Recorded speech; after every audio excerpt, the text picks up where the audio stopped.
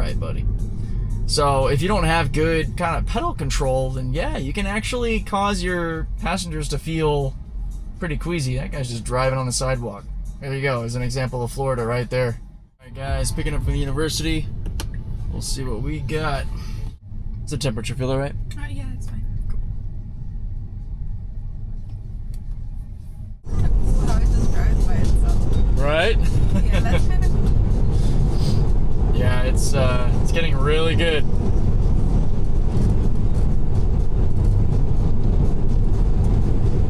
When did you notice? I mean, I kind of always knew, but yeah, I don't know, just barely been paying attention, I guess. Have you been in one that's been completely autonomous? Like driving... No, it's my first time in a Tesla. Oh, really? Yeah, I'm usually not a big fan of regenerative braking systems. Oh, why is that? I don't know, they make me a little dizzy. Oh, I would say that's probably less the system and more the operator. Because if somebody doesn't have good pedal control, it'll kind of throw you around. Yeah, and the couple of Ubers I've been that have regenerative braking, I've like been really dizzy. Yeah, no, that makes sense. Yeah, the autonomous system's really good at balancing out. Well, not as much anymore, thankfully, but on some occasions in previous software builds, it would think that there was something kind of close to it in the road and kind of hit the brakes and like stutter. Oh. Fortunately, since we've been on the 12.6 software, that's largely not been a problem anymore. Like even the way this truck's poking out, Yeah. it could spook the car. Oh, and it'd make it break. Yeah. Now it's actually a new skill that it acquired on 12.6 is that when there's a vehicle in the shoulder like that, whether it's workers, emergency vehicles, or just people on the side of the road, it'll like change lanes to get like a lane away if it can, Okay. which is really cool. That's actually what you're supposed to do. If you've got people working in the shoulder, you're supposed to, give try them... to get out of the way. Yeah, exactly, just for safety reasons. And now it does. It's like that guy right there. Yeah. The car, if it was in the passing lane, would actually get over to get space. Okay. And I love that. That's really cool. It's gotten a lot more natural and kind of common sense in how it drives, which is good. Little pro tip that might help you if you get another Tesla Uber or any other EV Uber driver. If you have them put their vehicle in its like chill mode, which is less horsepower, it will probably not make you feel as queasy because it takes some of the power out of the throttle so that you're not being like kind of thrown around as much. Because a lot of people actually rent these that are working for Uber and Lyft. Oh, okay. And they might be kind of new to how regen works. To the system. Okay. Yeah. That makes sense. Yeah, I've got over 200,000 miles on this car, so I'm well adapted to it. I've had a couple of customers that actually say that they've felt sick with other drivers, but not with me. Yeah, that's what I've been noticing. Like, I'm not really dizzy. Yeah, well, right now I can't take credit for that because it's actually the car, Yeah. since it's doing everything. But it's doing it really well. Yeah. Yeah, and the car and I actually drive very similar. It's we're together so much, obviously, because I'm always in the car, that we've kind of sort of bonded. Yeah, Like- you can tell when something's wrong with your car, or Yeah. if it's being okay or whatever. I've related it to like knowing a friend or family member really well. You can tell when they're in a bad mood or what their little habitual tics might be. And with an autonomous car like this that's using actual AI, you kind of get that same sense because it has its little personality kind of. So you can tell in certain areas where it's not doing as well, or just when it seems to be kind of performing less good, or on some days where it's just killing it. You're like, damn, you're on it today. Good job. Yeah, but you can immediately tell a difference. And it's been a lot of fun to monitor how it's changed over time. I've been collecting data on the different software builds for many years now to actually measure how they've improved or regressed or changed. Analyzing it. Yep. Yeah. It's cool to get some more tangible kind of scientific method behind it versus just how people subjectively feel. Yeah. Like right now, the reason I'm taking Ubers is because I'm like fixing mine. Oh yeah. Yeah, because I noticed it was like behaving weird. And Getting some weird sounds, or it just feels different. it just feels different. At first I didn't notice it much, but then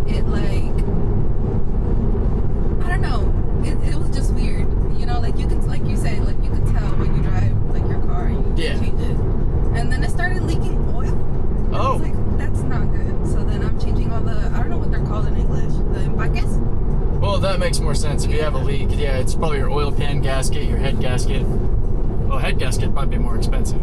Yeah, I've just been replacing everything. No, that's smart. Yeah. Yeah, gaskets over time can get hot and torn, and honestly, with just chemistry, you know, and then physics, when the heat and contraction, the gaskets will get weak over time because they're constantly exposed to heat. Yeah, and I don't think they've been replaced in decades. Oh my, yeah. It's a 72 Datsun. Oh. And they haven't been replaced in like forever. Oh, now you've got my attention.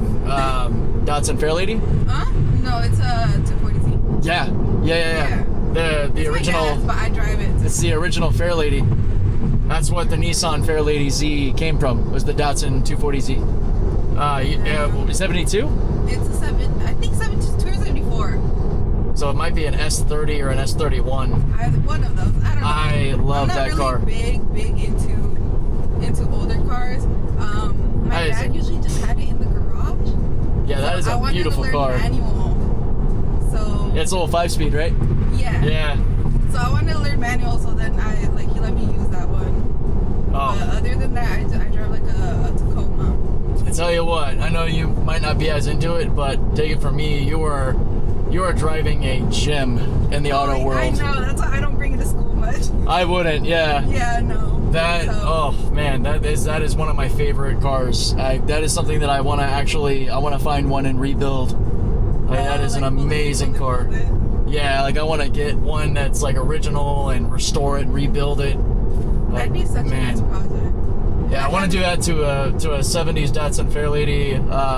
I like the 240 more than the 280s. And then I want to do like a 67 Impala, old school Impala. I like the Impalas. I also like the old Corvettes. Oh yeah, the Stingrays. Yeah. The really old ones. Same with Camaro for me. Oh the yeah. Old 70s Camaros. The old ones are so much nicer than the new ones. Yep. Like I always liked Camaros, but I've never been in one or driven one until my uncle got one and I hated it. Oh really? Yeah. A newer one or? A newer one. Yeah. I hated it. I was like, I had a buddy who had a newer SS, and it was fast, but I just felt like you were just in nothing but blind spot. Yeah, no, you can't see anything. You can't see anything. Yeah. It's not much better in the new Mustangs and stuff too. They all decided like they're gonna see how narrow they could get their windows. Yeah, the Mustangs. I feel like anything before 2012 is okay. Yeah, I was very partial to the late 90s. I liked the body, probably the 92 to 94 body style. Yeah, I mean, most of the cars back then were like kind of similar in body style. Well, yeah, that's actually even more the case now. My goodness, the BRZs, the Nissans, everything are starting to just have like the same sort of body style. Yeah. And you almost have no difference. You can't differentiate them much. It's the same with the Supra versus the BMW Z4. Like they all just look the same.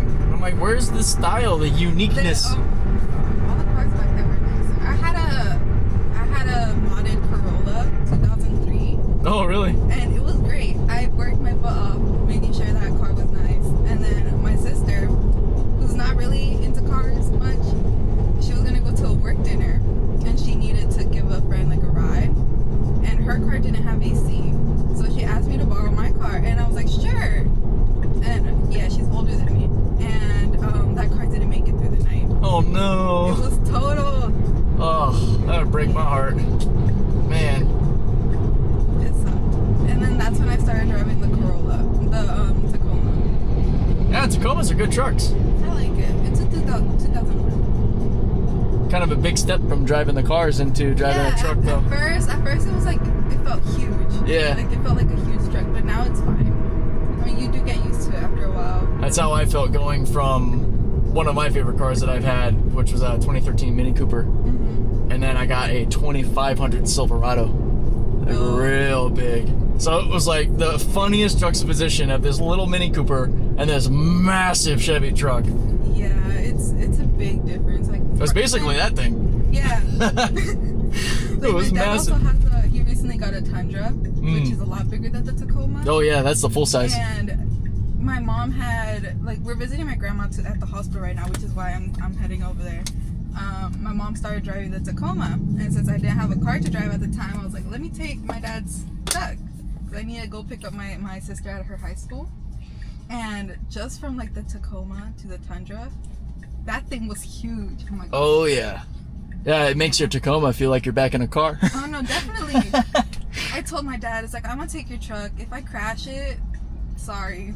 Hey, at least you'll be protected. The truck is tough. Mm-hmm. Yeah, I really... It's fully covered, so if they crash into me, get a brand new car. Right, there you go. I almost got crashed into at a Publix. Someone was backing into me in the parking lot. Yeah, you like gotta... I said, if I had a little bit more time, if I was in a hurry, I would have let them crash into me. They would have paid a brand new car. But... yeah, if you're not careful, yeah, someone will hit you real quick out here. People suck at driving. I beat at them too. I think they were deaf or something. I don't know. I had somebody on a back country road where you can only go two ways. They were in front of me, and they decided to actually go off the road and then immediately turn around in front of me. That was almost a very bad day. And I had a customer too, and I was like, you freaking idiot, dude. I used much worse language than that. Yeah. I couldn't believe it, because we were driving at speed, and they started to slow down, and I saw their left blinker come on, but I figured it was kind of a beat-up car, so I figured that was their hazard lights, but the other one was broken. Yeah. And sure enough, like, they don't want to get off the road, and they decide to just U-turn with no care. If I didn't slam on the brakes, I would have T-boned them. That's Totally insane. Some people just don't have common sense with driving. None. Like, driving is basically just common sense. Like, you would hope, but unfortunately... people don't have it. It's not too common. I was going to say, common sense is sort of a lost art. Yeah, it's not too common. One thing that always stuck from the time I was very young and started driving is my father had always said, you have to imagine that everybody is dumb and they just got their license. Yeah. You have to drive for everybody else, because you got to imagine that everybody is going to do the stupidest thing at the worst time possible, and always be ready. And more often than not, people prove that right. Yeah, and you can just tell, like, if you get in a car with someone, you can just tell if they know how to drive or not. That, and you can also tell if you're paying attention about whether or not the people around you are competent. Yeah. It's almost like when you're watching people walk and they're not paying attention. It's kind of the same when they're driving. You can just, like, sense it. Like, you're about to cut me off. Yeah. Or you're driving like an idiot. I'm usually the designated driver whenever I go anywhere with family or friends. Yeah, that's me as well. I don't trust my sister. My parents are like... My dad is kind of like the one where it's like, he just, he's like, if they hit me, they hit me. Oh no. Like, I'm over here dodging people. Like, I don't want to get hit. He's the type to like not use turn signals, like brake at the last minute. Like if the light's red and he's this close to it, he'll still be pressing on the accelerator. Oh boy. Like, no, and then my mom is also the same. Yeah, that's how people get T-boned at lights. Yeah. Sounds like you're already better than all of your family. I mean, I like to think I'm better at driving, because I try to be a little more careful, but...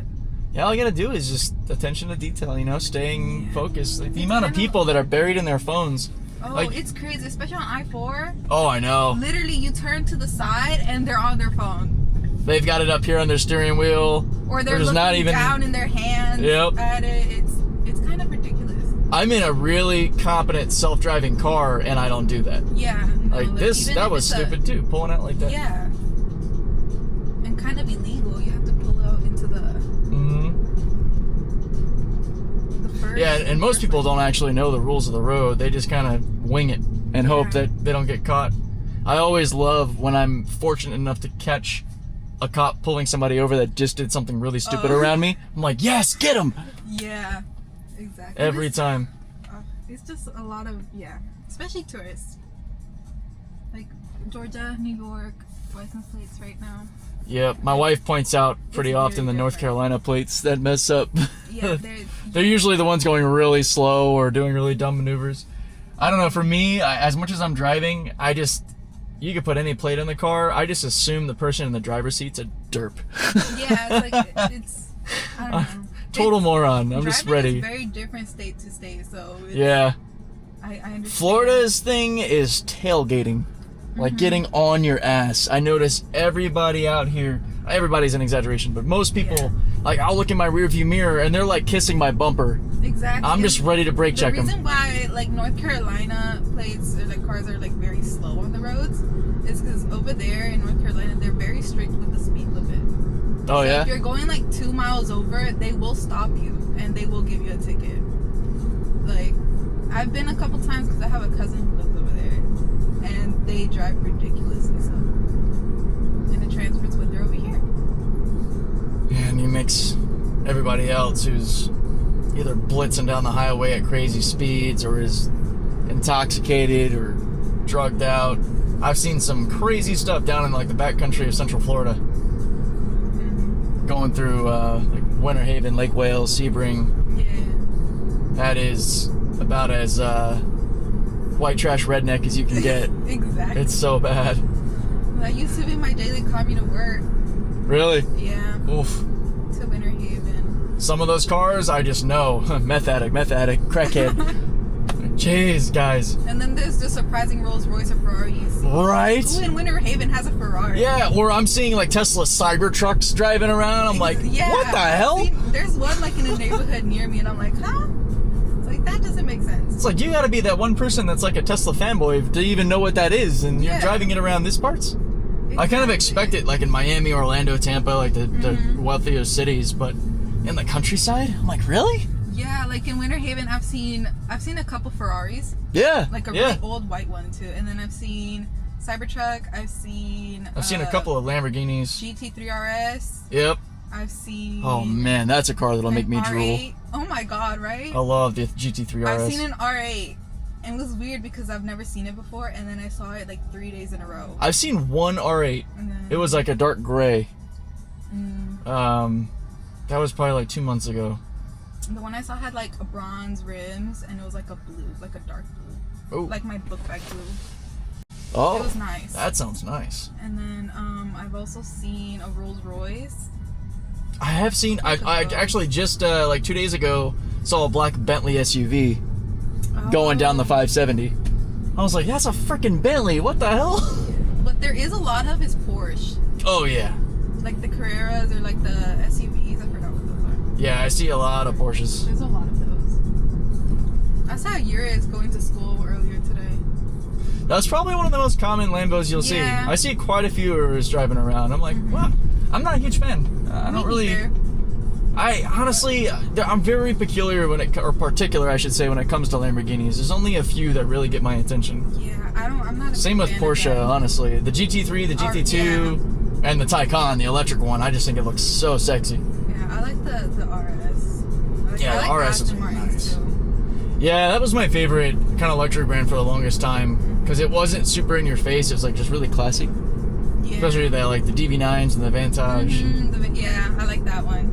The Vantage. They kind of lost me with some of the newer, more aggressive ones. Oh my gosh, I can't think of what it's called right now. I try not to look into it. Yeah.